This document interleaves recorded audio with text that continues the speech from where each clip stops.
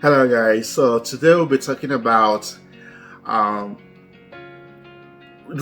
some of those top reasons why some people tend to be very unsuccessful with their graded application. Sometimes we might think we've done the right things, and somehow we ignore or neglect some important indicators that would have helped us to realize that yes, we have sent in strong application for graduate studies, and then once the result of the outcome of evaluation doesn't favor us, we might begin to ask questions. What did we do wrong? How what could we have done better to get this up to get this admission, and maybe to get this funding also in addition to that. So let's talk about those very specific things, very specific indicators, or some of those factors that can help us understand, see why sometimes our applications are rejected and not accepted, and then not accepted by the university or we apply to here in Canada. One of those things we'll talk about is weak recommendation letters. I don't know how I can emphasize this enough that your letter of recommendation goes a long way to make a difference when it comes to your application for graduate studies in Canada. And let me tell you why this is necessary.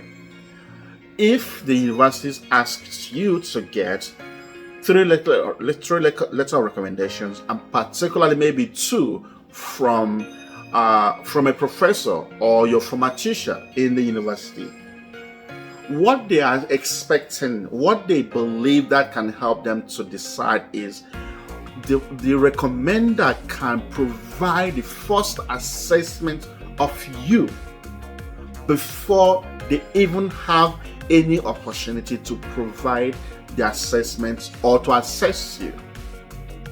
So imagine where a professor that knows your capacity for graduate studies write a strong academic or strong recommendation letter for you.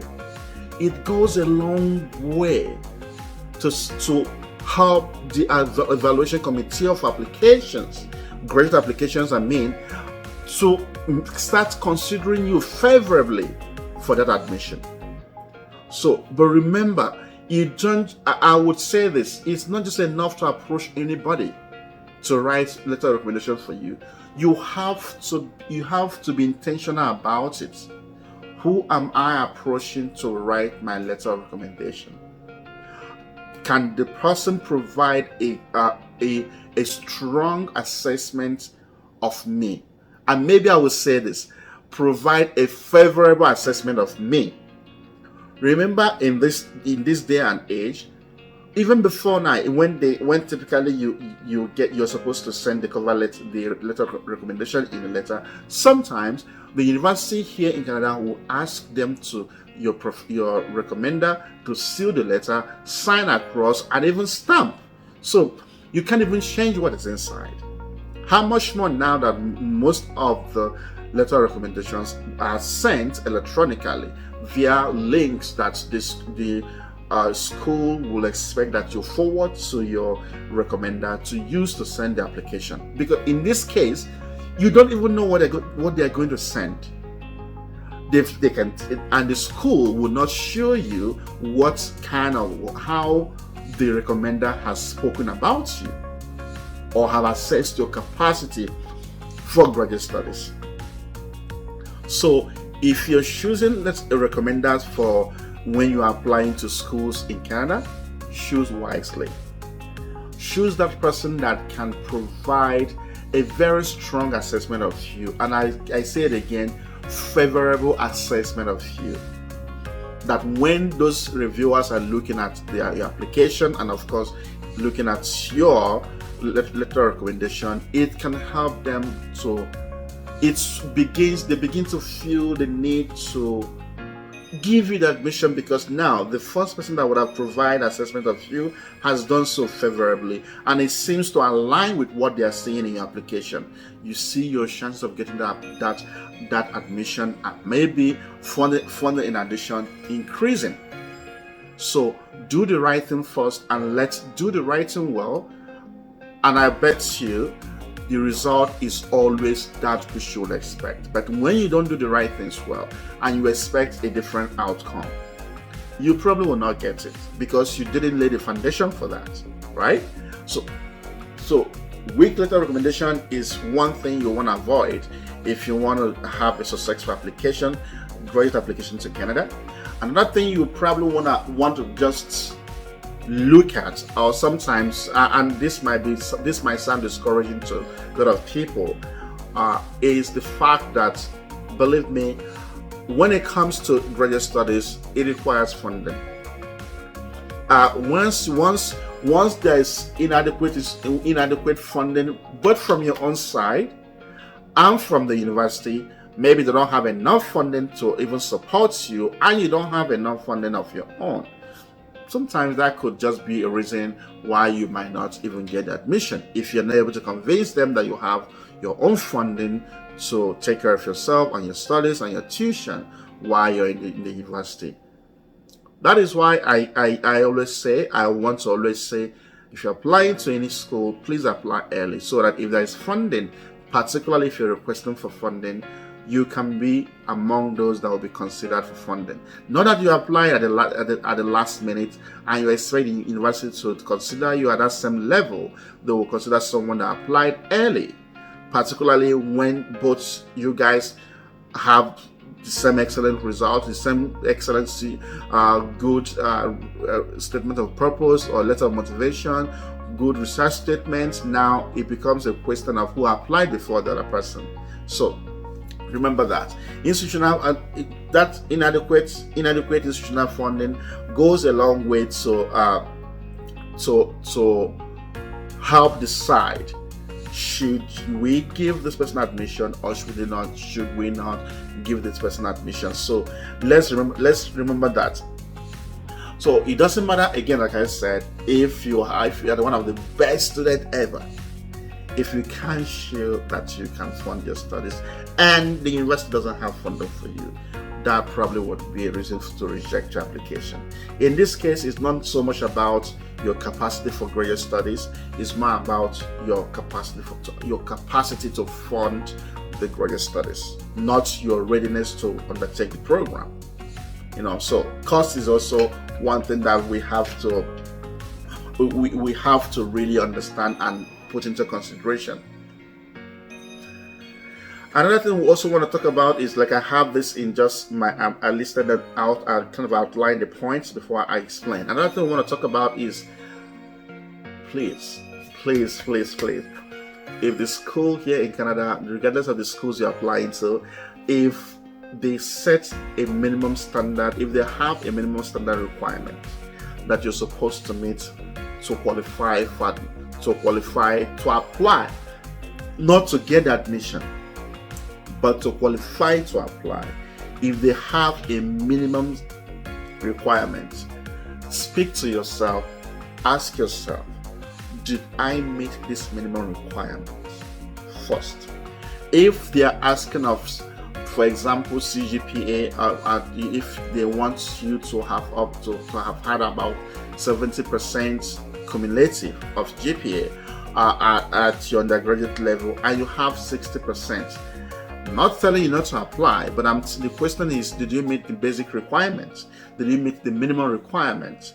If you didn't meet that requirement, look for schools that perhaps might go lower, that yours can be taken into consideration, or even look for schools that have your program but didn't put like any minimum requirement when it comes to, for example, CGPA. But those ones that are very specific about looking for a minimum requirement, please see if you have that minimum requirement. If you don't, move to another school, check for another school that might help. Some other schools will also say, we want you to present some English proficiency certificate, maybe something like IELTS, maybe something like TOEFL, maybe like some other English test scores around that will be recognized or that are recognized in Canada. That way, you know you are meeting the requirement. If you don't meet those requirements for a particular school, please check other schools and see if you met the requirements. That is another way that you're not losing out completely, but You are making sure that you don't want to just keep looking at what University A wants, but you have gone past that and realized that you're not qualified for that. Now you are searching for the requirement for University B, where perhaps you are qualified to send in your application. Qualified to send in your application does not translate to getting the admission. It means that I have made a requirement to send my application. It is up to the evaluation committee of application to decide if, taking everything in consideration, every document is submitted in consideration, to decide if you are qualified for that admission or not. So remember, qualifying for admission application doesn't mean qualifying for admission. Doesn't mean that you are admitted. You will be qualified to be admitted to the school. Another thing that we have to I can't emphasize enough is, when a school says, as part of the requirement, we need you to write a personal statement. Some schools will call it personal statement. Some schools will call it statement of purpose. Some schools will call it different names. Please make sure that you have a strong personal statement. Personal statement, sometimes we don't understand what it entails. I've made a video already about what personal statement, what statement of purpose or personal statement it means when it comes to graduate studies. There are two different ways you look at personal statement or statement of purpose. Look at it professionally, talking about your professional life. Look at it in another angle, your personal life, talking about how your personal values and events perhaps shape your understanding of the world you live in, or shape your influences your values, your behavior. So looking at it two different ways, the two different angles. The university, when it comes to personal statement, is expecting you to discuss, to bring yourself to them. Let them see who you are professionally. Let them see who you are more personally, to help them to decide, do we want this candidate for this program, or do we not want this candidate for this program? Don't be too flamboyant with your ideas in your personal statement, that they'll begin to realize quickly that you're lying or trying to paint a picture of what you are not. Of course, sometimes it's good to really paint a picture of, look, I am good, I can do this, I am ready. That is different from being too flamboyant with ideas that one can easily tell that you are lying. So don't minimize your achievements. And don't think anything, no matter how small, is not important. Everything you've done, including volunteering, I'm going to make a separate video for volunteering and how much it can help you to get I would say its impact in getting admission to Canada. So you guys will get to know that volunteering is a big deal here in Canada. But what I'm saying right now is, whatever you've done, your achievements, let them see that. And even some failures that doesn't necessarily mean, oh, this is not a good candidate for us. Let them see you. Let them see through you that you're human. By showing them, look, professionally, this is who I am. Personally, this is who I am. And bringing these two together, this is why I feel I am one of the best candidates for this job. For this program. That is very, very, very, very important. So again, don't falsify anything when you are choosing, when you're presenting personal statements. Try to be honest enough with it. Try to tell the admission committee that, look, you are one of the best and you deserve this, without necessarily lying to them. They will definitely get to know about those things. Yeah, so another one I will consider also is, one of the things that sometimes when we think about we get unsuccessful with the application is when the competition is too high. In this case, it's not necessarily because you don't deserve the admission, but remember, this is how this works. If the minimum requirement, for example, say talked about CGPA of 70% CGPA, if they receive 100 application and about 10 of the people have about 95%, automatically, if they are looking for 10 or 5 people to be admitted to that program, automatically, even though you've made a requirement, but the competition is too high that you are not even considered for admission, because they are looking for 5 candidates and they have 10 already, that all things being equal, that they have 95% CGPA. So you see how competition can sometimes, not necessarily your fault, but high competition can sometimes make our application somehow unsuccessful. But that is why I always encourage, look for, if you're applying for studies, apply to those schools where you are sure, or where you, to some extent, you believe that competition is not too high. And one of the ways you can tell that is avoid applying to those big name universities. Avoid applying to those schools in big cities. It will not help you, whether when it comes to admission, when it comes to funding. So why not make the right choice, and at least make the right choice first of all, and let the committee that are evaluating applications then decide who will be admitted, who are the successful candidates. But if you're looking to schools where you will most likely increase your